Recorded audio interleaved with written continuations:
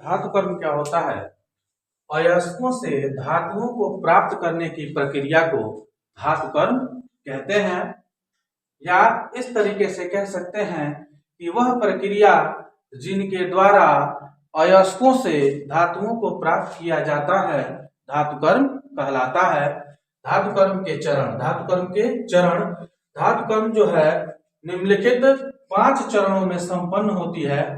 पहला चरण होता है सांद्रण। पहला क्या होता है? सांद्रण।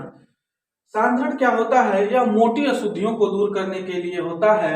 अयस्क के अंदर कंकड़, पत्थर, मिट्टी इत्यादि अशुद्धियां मिली होती हैं, जिसे गैंग, अधात्री या मैट्रिक्स कहते हैं। ठीक है, इनको दूर करने की जो प्रक्रिया होती है इसको सांद्रण कहते हैं। ठीक है, सांद्रण के जो प्रक्रियाएं यूज में, सांद्रण के लिए जो विधि यूज में लाई जाती है उसमें मुख्य रूप से जो विधियां हैं वह है गुरुत्व विधि, फेन उत्प्लावन विधि, चुंबकीय पृथक्करण और रासायनिक विधियां, ये जो है सांद्रण में उपयोग में लाई जाती हैं।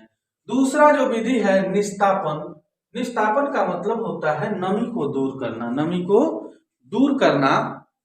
तो निस्तापन क्या होता है?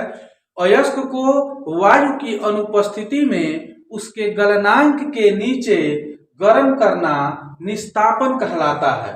ठीक है, अयस्क को उसके गलनांक के नीचे उच्च ताप पर गर्म करने की प्रक्रिया निस्तापन कहलाती है। इस प्रक्रिया में नमी, सल्फर डाइऑक्साइड, कार्बन डाइऑक्साइड तथा अन्य जो वाष्पशील कार्बनिक पदार्थ होते हैं वो निष्कासित हो जाते हैं, निकल जाते हैं। ठीक है, तीसरा जो प्रोसेस होता है वो होता है भर्जन।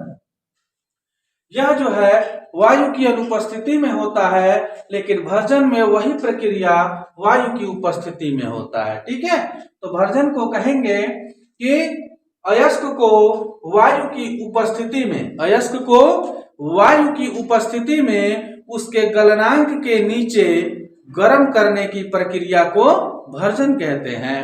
इससे अयस्क में उपस्थित सल्फर और आर्सेनिक जैसी अशुद्धियां जो होती हैं, अवाष्पशील अशुद्धियां जो होती हैं, वह वाष्पशील ऑक्साइड में बदलकर वाष्पित हो जाती हैं। क्या हो जाती हैं? वाष्पशील ऑक्साइड में बदलकर वाष्पित हो जाती हैं।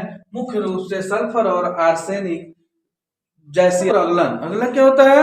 प्रगलन निस्तापन और भर्जन से बची हुई अशुद्धियों को अयस्क से दूर करने की क्रिया प्रगलन कहलाती है। ठीक है, निस्तापन और भर्जन के बाद जो अशुद्धियां बची होती हैं अयस्क में, उससे दूर करने की जो क्रिया होती है उसको हम प्रगलन कहते हैं। ठीक है, इससे क्या होता है?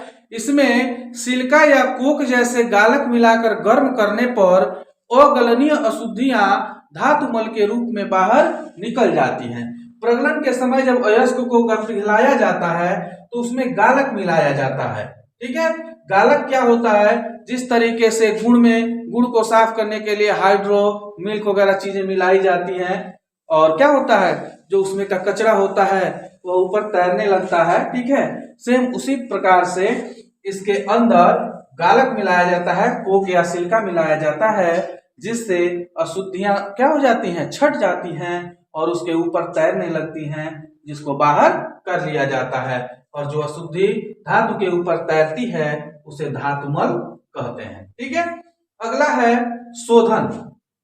प्रगलन के बाद बची हुई अशुद्धियां, ठीक है, को समाप्त करने के लिए, माने एकदम शुद्ध रूप में धातु को प्राप्त करने के लिए जिस विधि का प्रयोग करते हैं उसे शोधन कहते हैं। ठीक है, प्रगलन के बाद भी कुछ अशुद्धियां रह जाती हैं, जिनको दूर करने के लिए जिस विधि का प्रयोग करते हैं उसे हम शोधन कहते हैं। और शोधन के लिए, धातुओं के शोधन के लिए जो विधि उपयुक्त है, सबसे ज्यादा प्रयोग में लाई जाती है, वो विधि है विद्युत अपघटन विधि। कौन सी विधि है?